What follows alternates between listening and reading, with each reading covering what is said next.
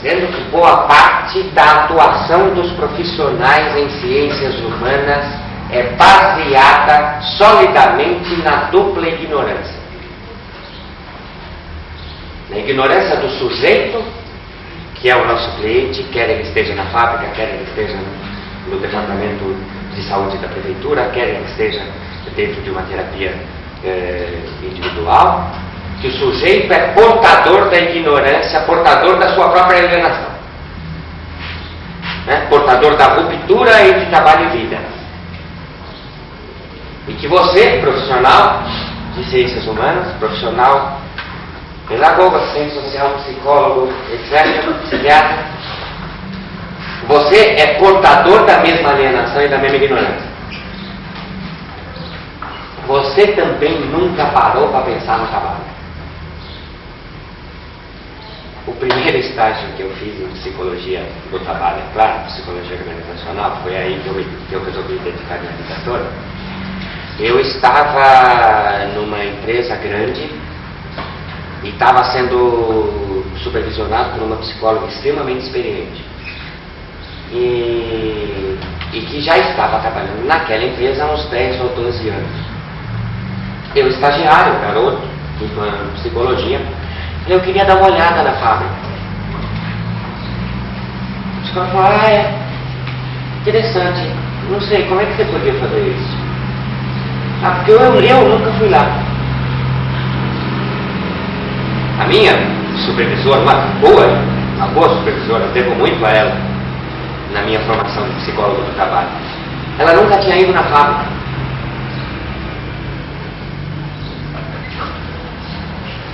E eu pergunto, no 5º ano de psicologia, no 5º ano de serviço social, no 5º ano de pedagogia, quem for olhar? Não estou falando em entender, estudar, hein? Estou falando olhar. Né? De psicologia eu conheço bem, que eu formo psicólogo até hoje. Você aprende a pegar o garotinho da cozinha, a pagar um sorvete para ele e fazer um monte de pergunta e bilu, teté, que é para ele não chorar, etc. E fazer amizade com ele fica te achando uma pessoa ótima e tal. Você faz bastante isso, faz? E você já foi olhar o que acontece dentro do trabalho? O que acontece dentro da fábrica, o que acontece dentro do escritório? Eu mando meus alunos olharem. Você senta no escritório, fica lá quietinho e fica vendo o que as pessoas fazem. Você senta numa fábrica e fica vendo o que as pessoas fazem. E vem aqui contar. Eles voltam espantadíssimos. Espantadíssimos. Eles nunca pensavam que era assim. Eles estão falando, sabe do que? Eles estão falando de 90% da vida útil de qualquer ser humano desse planeta. Né? Você tem o quanto? 16, 14 horas de vida útil, né? Vamos imaginar que você durma 8 horas. O dia tem 24, você dorme 8. Tá? Sobrou quanto? 16? 16. Das 16, você come, né? Assiste um pouco de televisão, dorme. Não, dormir já está na conta, né? É muito tempo dedicado ao trabalho. Se você pensar, você senta, toma banho, se arruma, pega o teu carro, o teu ônibus e vai até o trabalho, depois almoça, às vezes dentro do próprio trabalho e volta, você está falando de muita coisa. A grande parte, quantitativamente falando, a maior parte da vida humana, e qualitativamente falando, a parte responsável por fazer a tua identidade, a parte onde você se reconhece como si mesmo, está totalmente surda. Não comparece. E o que é mais curioso, o que é mais impressionante, é que o trabalho não comparece na mesa dos especialistas em trabalho. Psicólogo do trabalho, psicólogo organizacional, o assistente social da empresa, etc. Pode procurar livro por livro que não vai achar trabalho dentro da teoria. Falo dos psicólogos outra vez para não dizer que eu estou falando mal da vida alheia. Falo mal da nossa. Não é?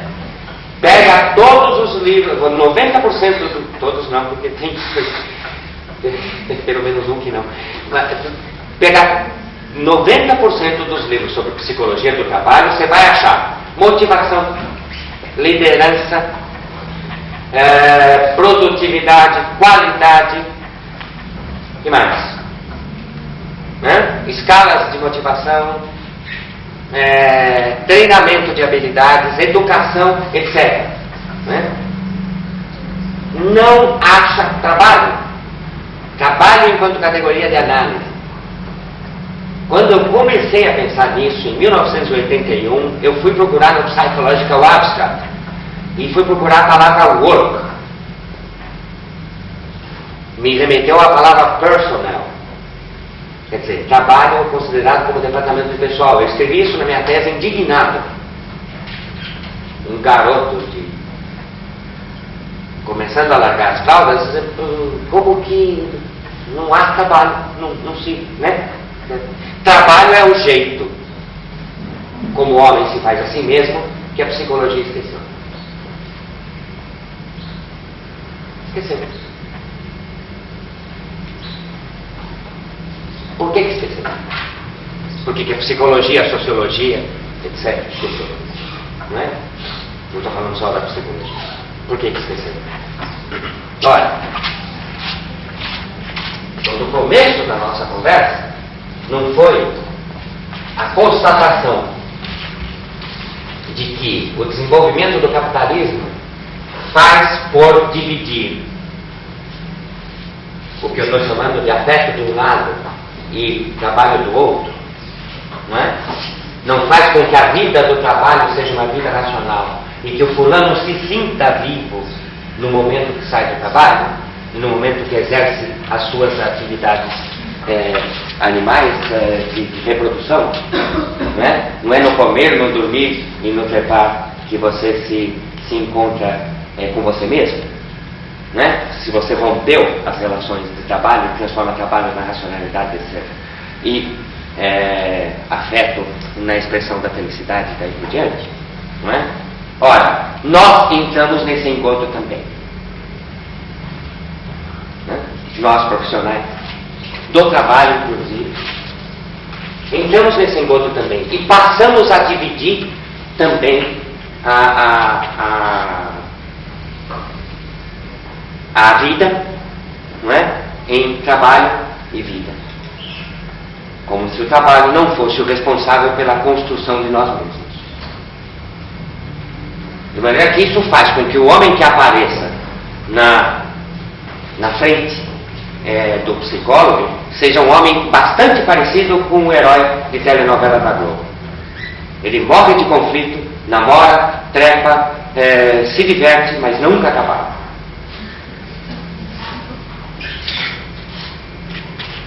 E sabemos e temos todas as teorias, todas as explicações de como foi que aquela transa com o teu namorado te provocou um trauma irrecuperável no desenvolvimento da tua sexualidade.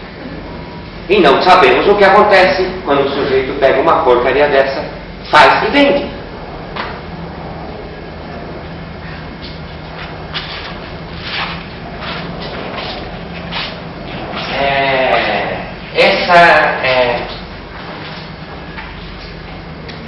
Era isso que eu queria nessa primeira parte da aula. Era mostrar esse buraco. É mostrar essa falta, essa falha no desenvolvimento das teorias humanas, das teorias de trabalho técnico. A gente compreende também. Como? Dá para compreender esse esquecimento, entre aspas, né? O trabalho integrado justamente por essa cisão do afeto. Exato, quer dizer, o processo de construção da cisão afeto-trabalho criou um ardil, que era um ardil onde nós todos tínhamos que entrar. Tudo aquilo que é feito por pura racionalidade, por pura obrigação, por não ter outra alternativa, ninguém gosta de falar muito, entendeu? Qualquer coisa... Fica surdo, né? Quer dizer, é por isso que eu faço analogia com o inconsciente. É algo que você não pode tocar, né? você não deve discutir.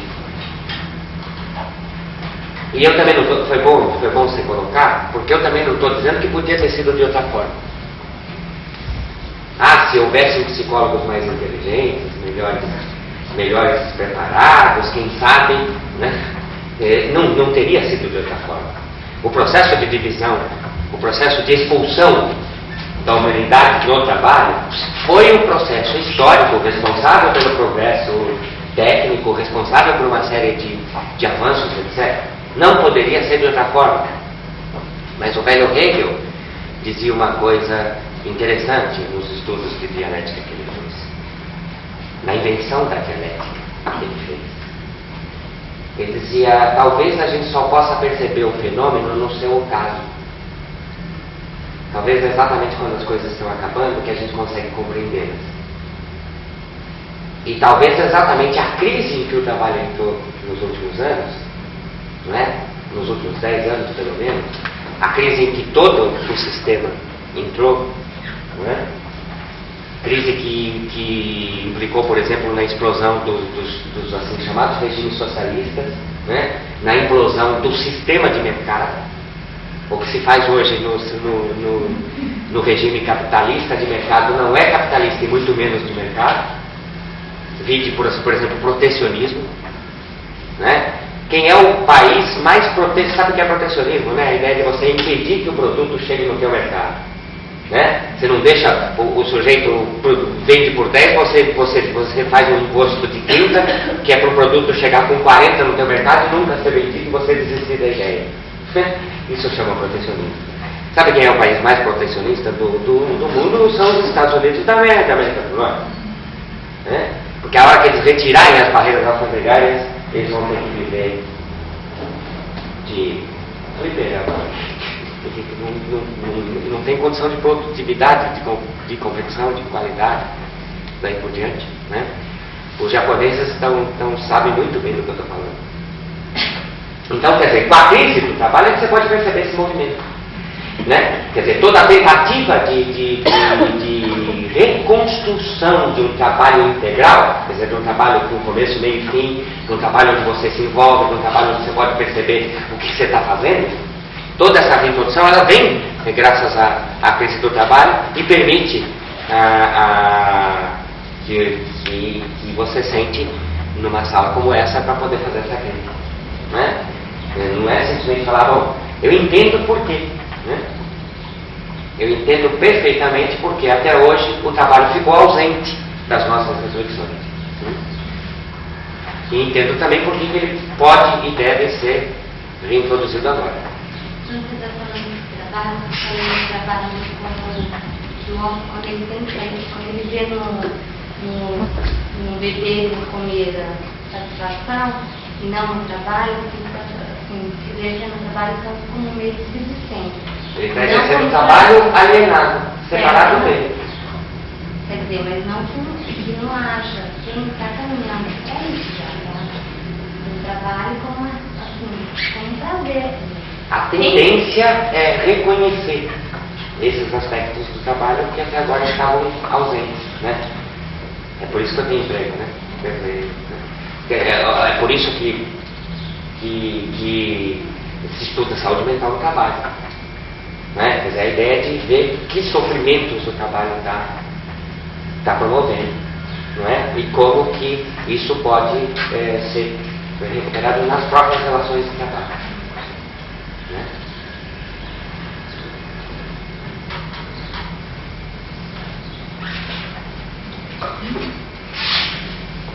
Tipo de trabalho que você desenvolvido dentro dessa tendência, né, de valorizar, de fazer o trabalho como parte do indivíduo, né? Quem são os profissionais que vêm desenvolvendo o trabalho nesse sentido? Quais são as empresas que você conhece que está desenvolvendo o trabalho nesse sentido? Eu vou dedicar toda uma parte da nossa conversa aqui a isso, te dando exemplos de como é que a gente está fazendo isso. Claro que são métodos e métodos diferentes de se fazer isso, né? Mas é isso que eu vou te dar 3 ou 4 resultados, de formas de intervenção, etc. Né? Foi para isso que eu peguei aquele aviãozinho. Eu vou te tentar te passar um pouco essas coisas.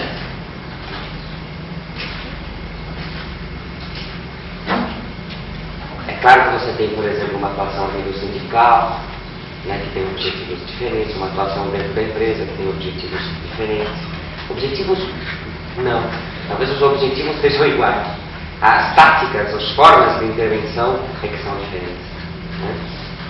Você tem pelo menos 3 blocos de ataque, 3 formas, 3 estratégias de ataque. Né? Você tem a queixa do sindicato. Não é? O trabalhador vai procurar a sua associação profissional, o seu sindicato, daí por diante, e diz, olha, está tendo problema. Né? Eu não estou aguentando, tá? Isso aconteceu com os telefonistas. Né? Há muito tempo atrás, continua acontecendo hoje. Né? Essa história das telefonistas ainda hoje está mal contada. Em táticas, então, vem pela queixa de uma associação sindical de defesa, ou da CIPA, né? Da Comissão Interna de Prevenção de Acidentes, o fulano começa a relatar coisas. Né? Às vezes por um sinal indireto, tipo o aumento do número de acidentes, tipo o tenossinovite. Né? Então se faz um alerta de que as coisas não estão andando bem. Essa é uma via de entrada, uma via de acesso, uma via de trabalho. A outra via de trabalho é a clínica mesmo. Né? Alguns psicólogos, assistentes sociais, pedagogos mais sensíveis que começam a perceber na sua relação cotidiana de atendimento que algo tem a ver com o trabalho antes. Então você está num setor de orientação profissional ou de assistência social da prefeitura e começa a descobrir que todo mundo vem com a mesma queixa do mesmo lugar. Né? E a terceira é a via da empresa mesmo, das mudanças das condições de trabalho no sentido de melhor produtividade, melhor qualidade e daí por diante. Né? Você começa a sentir que você fez o que devia fazer a nível de tecnologia, fez o que devia fazer a nível de benefícios, fez o que devia fazer e continua com um nível de produtividade muito baixo, com um nível de defeito muito alto, etc. E começa a desconfiar que há mais coisas entre o trabalhador e o produto do que supõe a nossa boa filosofia. Né? E aí você procura também um profissional que possa resolver essa questão. São esses 3 tipos de demanda que pelo menos a gente tem atendido. Né? Às vezes quando aparece um psicólogo querendo supervisão, porque ele já explorou toda a sexualidade da infância, todo o pinto do pai, todo o ético e não resolveu. Né? Eu fico brincando com isso, mas eu me dou... Bom, eu tenho dado muita supervisão clínica para psicanalistas, por exemplo. Né? O diálogo com a psicanálise tem sido extremamente clínico nessa discussão. Tenho sido procurado por empresas que estão querendo resolver problemas de qualidade, produção, etc. E tenho sido procurado por sindicatos que querem fazer um levantamento de como é que está a categoria profissional deles. São essas 3 demandas todas. Ainda em alguns setores mais atrasados. Né?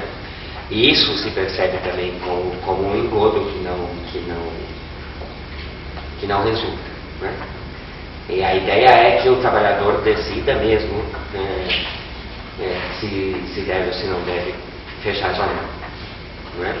Isso vai mudar toda a relação de gerência, isso vai mudar toda a relação de chefia, isso vai mudar toda a necessidade de intervenção do psicólogo do trabalho, do psicólogo organizacional, do assistente social, né? De todos os setores que prestam serviços à empresa, recursos humanos, né? Que vai ter que repensar toda essa questão do trabalho e toda essa questão das organizações de um ponto de vista totalmente diferente. Nós estamos, na minha opinião, vivendo esse momento hoje. No mundo todo, com mais radicalização em alguns países, menos em outros. Né? Então a Europa, por exemplo, alguns países da Europa estão bem avançados nessa história, outros menos. No Brasil essa coisa está andando. Existem já empresas no Brasil que estão com um programa extremamente agressivo de modificação total das condições de trabalho e de modificação nesse sentido. Então, se você hoje parar em frente a uma livraria e olhar os livros especializados em trabalho, né, você vai ver uma festa de nomes novos, né? Teoria da validade total, a teoria Z, Kaizen, sei lá o quê, um monte de projetos novos, né? De novas formas de organização, estoque zero, validade não sei o que das quantas. A cada momento surge um nome novo. E sempre o problema é o mesmo. Sempre. Em todas as teorias, em todas as propostas que estão surgindo nos últimos 5, 10 anos, sempre o que está colocado é a questão da reintrodução do afeto nas relações de trabalho.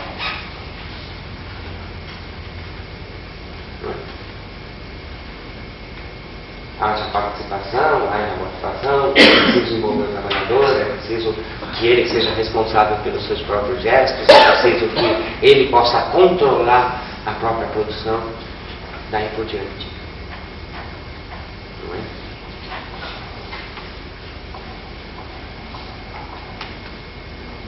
É fundamentalmente esta a questão que está colocada do ponto de vista da produção, da produtividade, da qualidade hoje.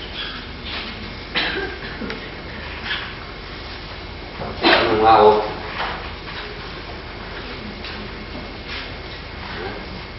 E é isso que justifica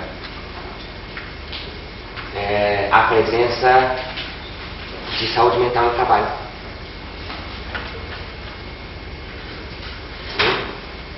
É exatamente no momento em que se percebe que não dá para dividir o trabalhador em dois, né?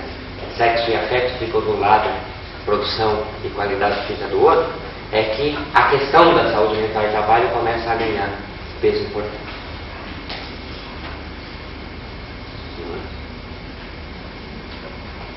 Ninguém fala nada, ninguém discute nada, ninguém pergunta nada, o que provavelmente significa que ninguém entendeu o Lufa.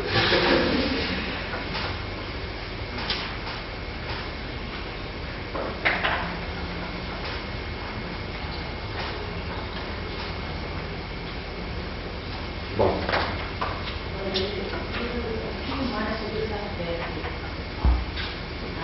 Por exemplo, você coloca que ele foi reintroduzido, você claramente colocou isso. O que estamos tentando reintroduzir, né?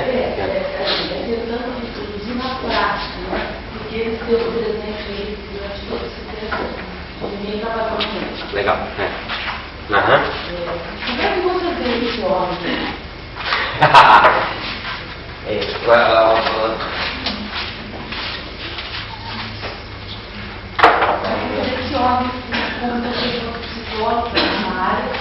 Eu quero um curso de 2 anos para responder a tua pergunta, mas eu vou tentar responder em 2 minutos.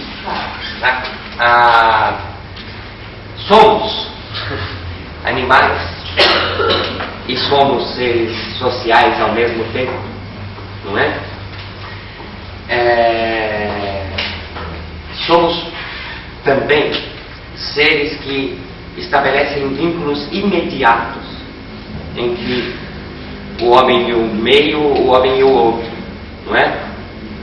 A este vínculo imediato, homem, outro, homem, meio, eu estou chamando de afeto. Esse contato direto, imediato. Eu, aqui no teu olho, você faz uma pergunta, eu respondo, você faz assim, né? Esse vínculo é imediato. Paralelamente a este vínculo imediato, você está construindo vínculos mediados, não é? Por exemplo, aqui pela linguagem. Eu falo na teoria do Taylor, você diz que nunca leu. Aí fica difícil conversar com você, porque você nunca leu, como é que eu vou... Aí toca eu explicar a teoria do Taylor numa linguagem que é tua, etc. Quer dizer, eu vou ter uma mediação, não é? Essas relações mediadas pela linguagem, pelo dinheiro, pela mercadoria, etc., não é? Eu estou chamando da tal das relações racionais no trabalho. Certo? O que houve foi a tentativa de expulsar as relações imediatas do trabalho. Ok? Então, elas sempre estiveram lá. Você que disse. Né? Ainda bem, você não perdeu emprego. Quer dizer, elas sempre estiveram lá. Elas sempre estiveram. Eu sempre desenvolvi raiva pelo meu patrão quando o meu salário está baixo. Se é que meu patrão tem culpa por meu salário, que ultimamente anda até difícil dizer isso. Não é? Eu sempre desenvolvo raiva, eu fico com inveja do fulano que está ao lado ganhando mais.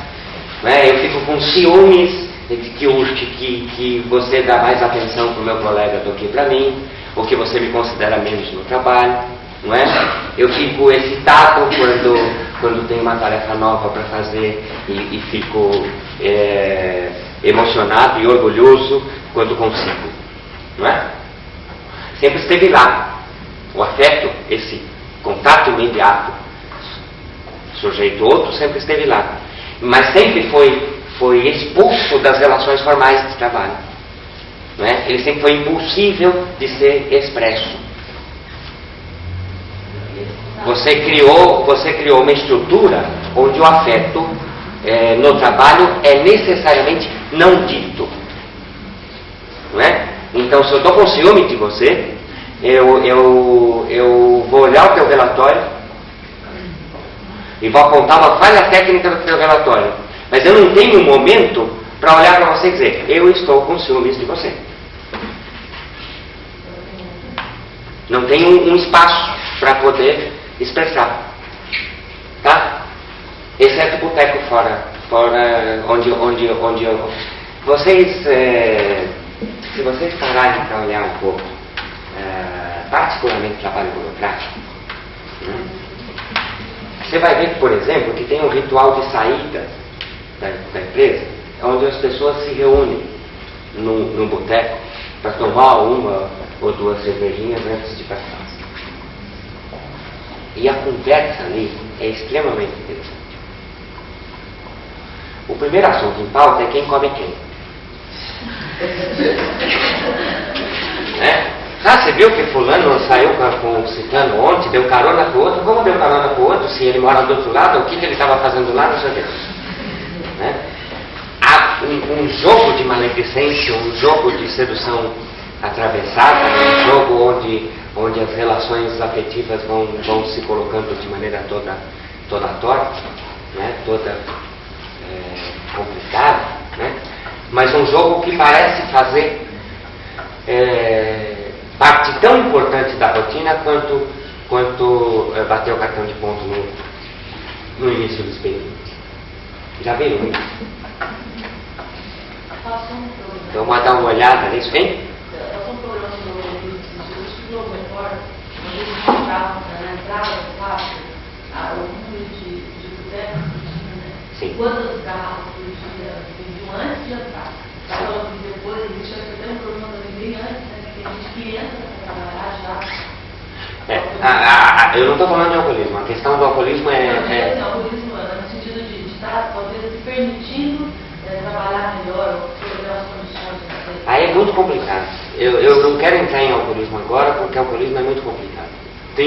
Para vários trabalhos, o álcool funciona, por exemplo, como efeito anestésico, não necessariamente desinibidor. Porque você tem uma forte contração muscular que te provoca dor, e você usa álcool quase como efeito anestésico. É muito complicado. São muitos os álcools que você usa no trabalho. Inclusive esse. Tá? Simplesmente tem um ponto tem um lugar, tem um momento onde você pode falar, onde você pode colocar as coisas daí. É mais devagar.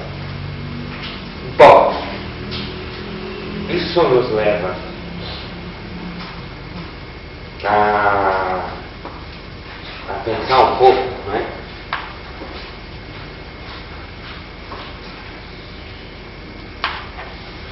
No primeiro tópico desse curso, que é a questão do trabalho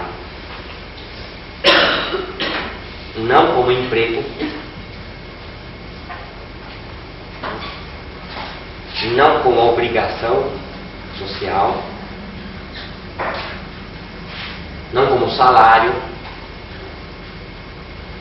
não como produção de produtos num tempo determinado, mas nos leva a pensar no trabalho como construtor da identidade do sujeito. Como é que a identidade do sujeito se constrói? Como é que eu me reconheço no espelho? Como é que eu me diferencio de você? A Cristina veio aqui me apresentar. O professor fez isso, fez aquilo, publicou não sei o que, publicou não sei o que lá, trabalhou não sei aonde, né? E é parte importante do ritual de apresentação. Isso acontece numa festa também. Você chega numa festa e diz, esse daqui é o amigo meu, ele é professor. Esse daqui é amigo meu, é secretário. Isso aqui, né? Faz parte da forma como a gente se reconhece a questão do trabalho. Então, eu quero pensar com vocês, eu gosto de pensar em trabalho como uma relação de dupla transformação entre o homem e o meio.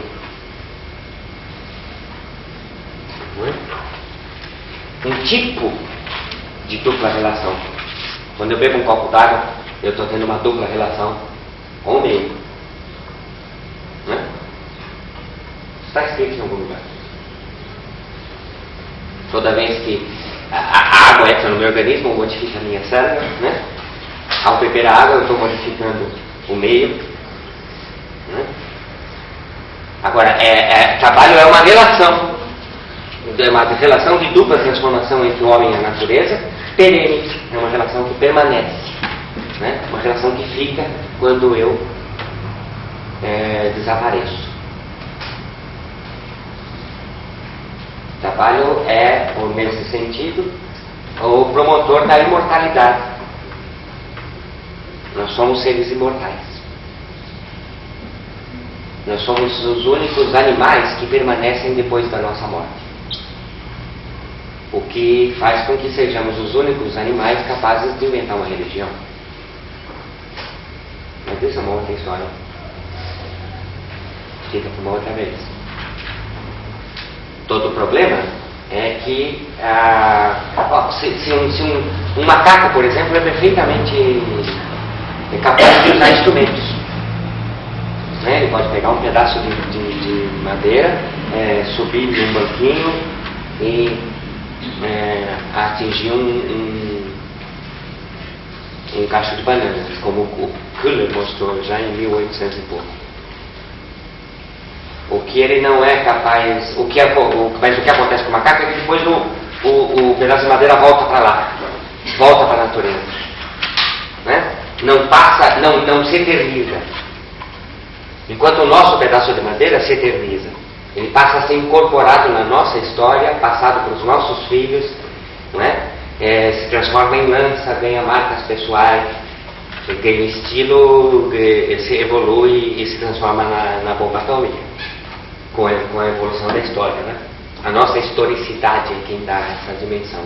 A presença da linguagem, a presença do trabalho, né? A presença de um produto externo a nós mesmos, né? E é esta relação de trabalho, portanto, que vai marcar a nossa diferença com o resto dos animais, né? É exatamente a possibilidade de trabalho, de ter um produto perene apesar de si mesmo. Quer dizer, o homem é um ser, para falar uma linguagem bem sintética, o homem é um ser transcendente. O homem é um ser que é maior do que ele mesmo.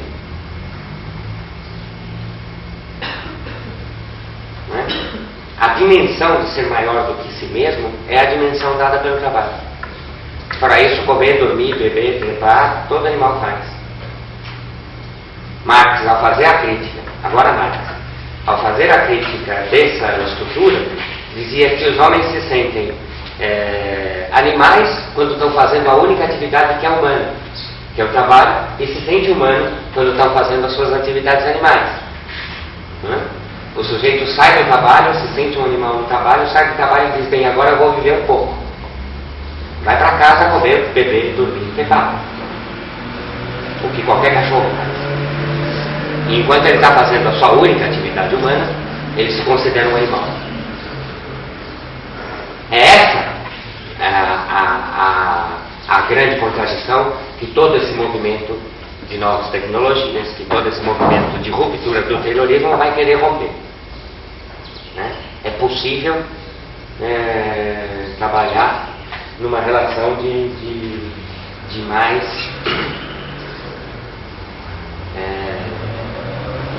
mais fusão, de mais...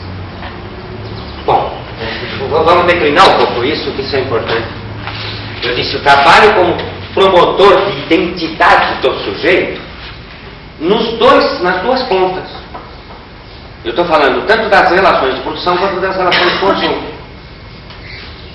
Estou falando tanto do trabalho enquanto valor de uso, quanto do trabalho enquanto valor de troca. O trabalho enquanto valor de troca, quer dizer, o salário que o professor Vanderlei está ganhando para fazer esse curso em Londrina, é o salário que me permite comprar a roupa que vai definir o meu estilo de me vestir, né? Comprar o cigarro que vai permitir a minha forma preferida de me envenenar, né? Ela vai, quer dizer, que tipo de sapato, que tipo de roupa, que tipo de carro, que tipo de casa, não é? E é isso que vai marcar. Se você parar um pouquinho na rua, num ponto de ônibus e ficar olhando, você é capaz de chegar muito perto da profissão que o sujeito tem quando ele se mostra. Não, esse deve ser operário, aquele deve ser professor, esse deve ser assistente social, esse deve ser psicólogo, né? Assistente social, psicólogo, pedagogo é fácil de reconhecer. Não vou comentar por quê.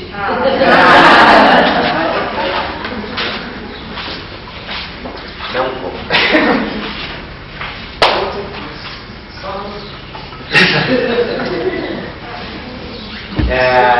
Não, é sério. O pessoal que está aqui no nono semestre, que está fazendo curso de psicologia, etc., começa a observar o pessoal que está no primeiro ano, segundo ano, terceiro, e vai chegando perto do quarto e do quinto. Tanto para assistência social, pedagogia, psicologia, nas outras profissões também, é que aqui tem mais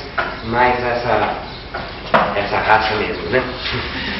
Então você começa a ter, os psicólogos começam a ter. Então você chega no início do curso, o sujeito está solto, se veste de uma maneira sedutora, etc. Né?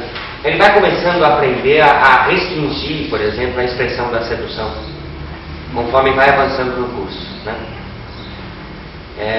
Chega no quinto ano, de repente, fica uma coisa assim mais cold, mais fria, mais, de uma certa elegância discreta, né? A roupa é escolhida para não chamar muito a atenção, né? As partes do corpo começam a não ficar tão à mostra, né? Fecha tudo, uma coisa mais assim. Por que isso? Isso não é cacuete. Isso não é cacuete. Vou pegar o exemplo do psicólogo. Quando ele entra numa relação de clínica, ele sabe que na relação de clínica está fortemente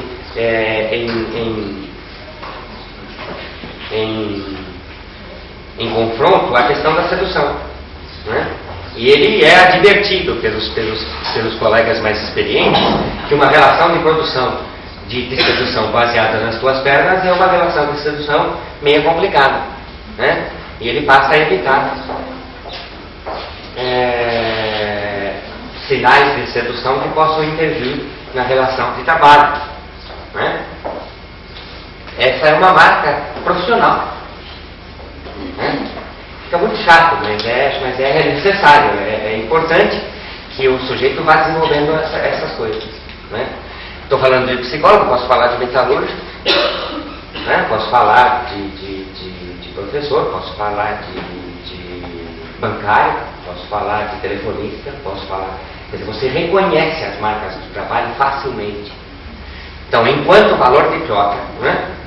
Enquanto valor de uso, ou seja, na medida em que eu produzo madeira, que eu faço móveis, a minha mão começa a ficar com a cara dos móveis que eu faço, né? Meu corpo começa a ficar com a cara das entrevistas ou consultas terapêuticas que eu faço. Você começa a ter todo um processo de modificação de si mesmo que atinge... Você pensa, você fala, você sente como psicólogo. Você sente, você fala, você trabalha como professor, como metalúrgico, né? Como lixeiro, como escriturário, como digitador, né?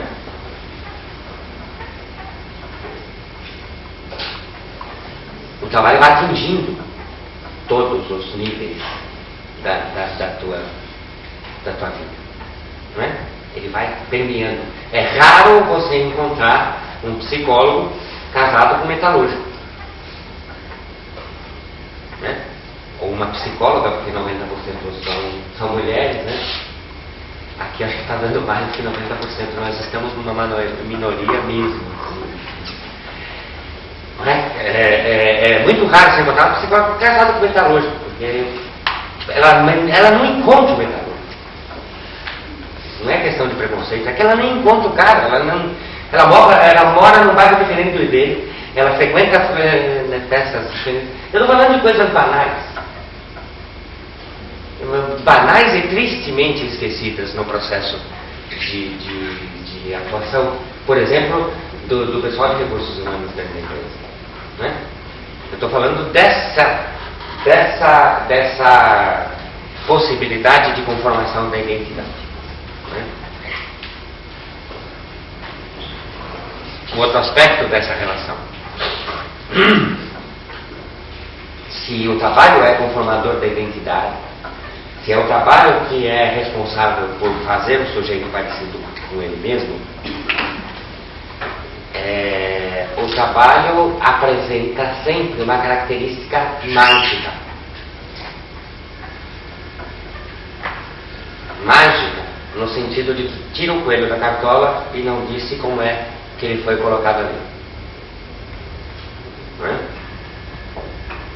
Ele esconde o que faz e mostra o que ele não faz. Não é?